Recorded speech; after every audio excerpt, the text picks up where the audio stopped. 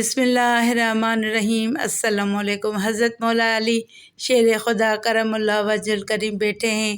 ایک عورت حاضر ہوئی اور پوچھنے لگی، اے حضرت بتائیے کہ وہ کون سے مرد ہیں جو کسی عورت کی زندگی تباہ و برباد کر دیتے ہیں، عورت کی زندگی کو جہنم بنا دیتے ہیں، اور کون سے مرد ہیں کہ جن سے شادی کرنے سے ہر عورت کو بچنا چاہیے۔ حضرت علی المرتضیٰ رضی اللہ تعالیٰ عنہ نے ارشاد فرمایا، اے خاتون، یہ 3 مرد ایسے ہیں کہ ان سے شادی کرنا تو بہت دور کی بات ہے، یہ جس راستے سے جا رہے ہوں اس راستے کو بھی بدل لینا چاہیے، کیونکہ اللہ پاک ایسے شخص کو صبح و شام غضب اور نفرت کی نگاہ سے دیکھتا ہے۔ وہ عورت پوچھنے لگی کہ حضرت وہ 3 بدبخت شخص کون ہیں جن کے بارے میں اس قدر وعید ہے، اللہ بھی انہیں نفرت اور غضب کی نگاہ سے دیکھتا ہے؟ تو حضرت علی شیر خدا نے فرمایا، پہلا وہ شخص جو کسی غیر محرم عورت کو گندی نگاہ سے دیکھتا ہے، جس نوجوان کی آنکھوں میں حیا نہیں، جس نوجوان کی آنکھوں میں غیرت نہیں، شرم و حیا نہیں، وہ تمہاری شرم و حیا ختم کر دے گا۔ ایسا شخص جو خود عزت کے قابل نہیں، وہ تمہیں ذلیل و خوار کر کے رکھ دے گا، جو خود ایماندار نہیں، وہ تمہارے ایمان کو تباہ و برباد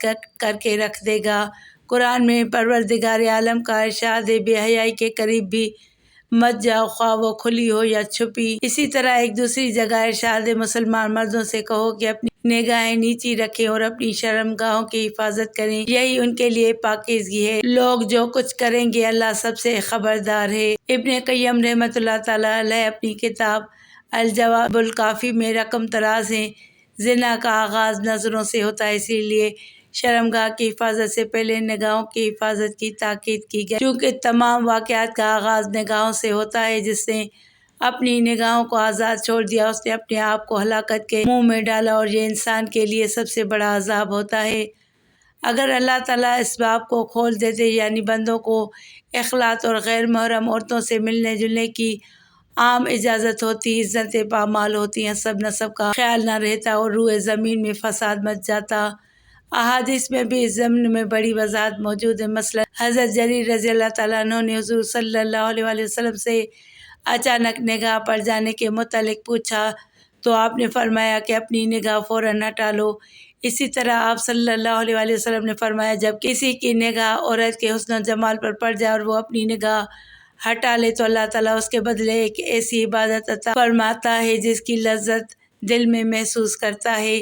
ایک روایت میں ہے کہ جو زبان اور شرمگاہ کی حفاظت کی ضمانت لے، میں اس کے لیے جنت کا ضامن ہوں۔ ایک اور حدیث ہے کہ ابن آدم کا زنا اس کے ذمے لکھ دیا گیا ہے جسے وہ لامحالہ پالے گا۔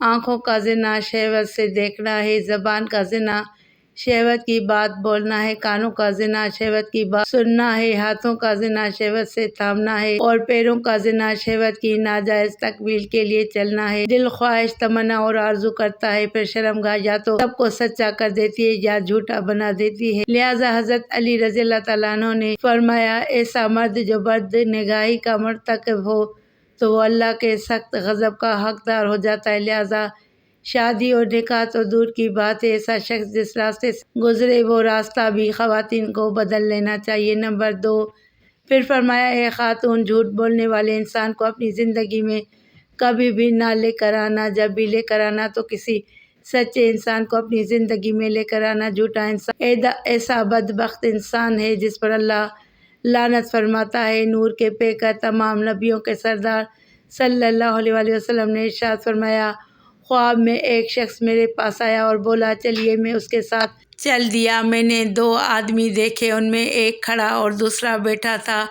کھڑے ہوئے شخص کے ہاتھ میں لوہے کا زنبور، لوہے کی کیلیں نکالنے والا آلہ تھا، جسے وہ بیٹھے شخص کے ایک جبڑے میں ڈال کر اسے گدی سے چیر دیتا، پھر زنبور نکال کر دوسرے جبڑے میں ڈال کر چیرتا، اتنے میں پہلے والا جبڑا اپنی اصلی حالت پر لوٹ آتا۔ میں نے لانے والے شخص سے پوچھا، یہ کیا ہے؟ اس نے کہا، یہ جھوٹا شخص ہے، اسے قیامت تک قبر میں یہی عذاب دیا جاتا رہے گا۔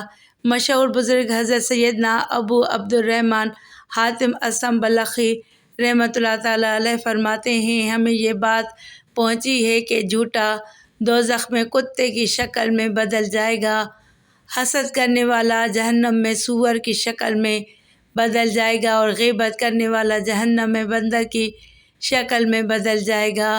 لہٰذا فرمایا گیا ہے اے خاتون ایسے شخص سے بچنا جو بات بے بات جھوٹ بولتا ہو، اور جس راستے سے وہ آ رہا ہو تو وہ راستہ بھی بدل لینا، کیونکہ نہ جانے وہ تمہیں دیکھ کر تمہارے بارے میں کیا جھوٹ گھڑے اور لوگوں کو بتاتا پھرے۔ پھر فرمایا اے خاتون ایسے شخص سے بھی بچنا جو خود کو دوسروں سے اعلیٰ اور افضل سمجھتا ہو، یعنی دوسروں کو اپنے سے کم تر سمجھتا ہو۔ غرور اور تکبر اللہ عز و جل کے ہاں گناہ کبیرہ شمار کیا جاتا ہے، اور اس پر سخت وعیدیں نازل کی گئی ہیں۔ بنی اسرائیل کا ایک شخص جو بہت گناہ گار تھا، ایک مرتبہ بہت بڑے عابد یعنی عبادت گزار کے پاس سے گزرا، جس کے سر پر بادل سایہ کیا کرتے تھے۔ گناہ گار شخص یہ سوچ کر اس عابد کے پاس بیٹھ گیا کہ میں گناہ گار اور یہ بڑے عبادت گزار ہیں، اگر میں ان کے پاس بیٹھوں تو امید ہے کہ اللہ کریم مجھ پر بھی رحم فرما دے۔ عابد کو اس کا بیٹھنا بہت ناگوار گزرا کہ کہاں مجھ جیسا عبادت گزار اور کہاں یہ پرلے درجے کا گناہ گار، یہ میرے ساتھ کیسے بیٹھ سکتا ہے؟ چنانچہ اس نے بڑی حقارت سے اس شخص کو کہا اٹھو یہاں سے۔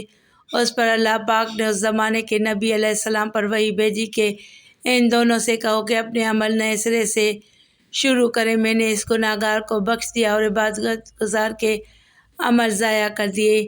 اللہ اکبر۔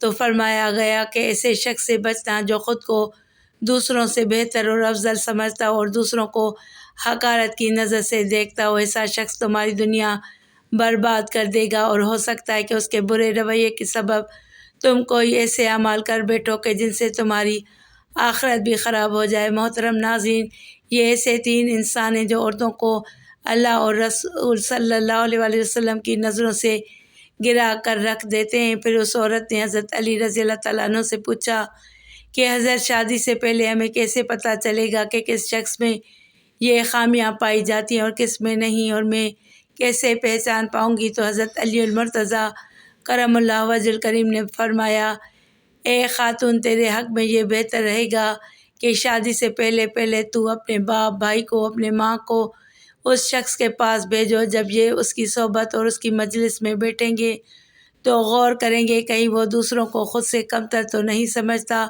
حقیر تو نہیں سمجھتا۔ اگر ایسا کرتا ہے تو وہ شادی کے قابل نہیں ہے۔ میرے نبی صلی اللہ علیہ وآلہ وسلم نے فرمایا اس دنیا کا سب سے بڑا عظیم الشان انسان وہ ہے جو اپنے سے کمتر لوگوں کو بھی اپنے سینے سے لگاتا ہو، خود کے امیر ہونے کے باوجود بھی، اعلیٰ و بہترین منصب پر قائم ہونے کے باوجود بھی وہ غریبوں پر احسان نہ جتلاتا ہو۔ اسی طرح سے فرمایا کہ جس شخص کی کوئی بات جھوٹی ثابت ہو جائے تو وہ بھی شادی کے قابل نہیں، اور اسی طرح سے جو بندہ بد نگاہی بد نظری کے گناہ میں مبتلا ہو، اس سے بھی کبھی شادی مت کرنا۔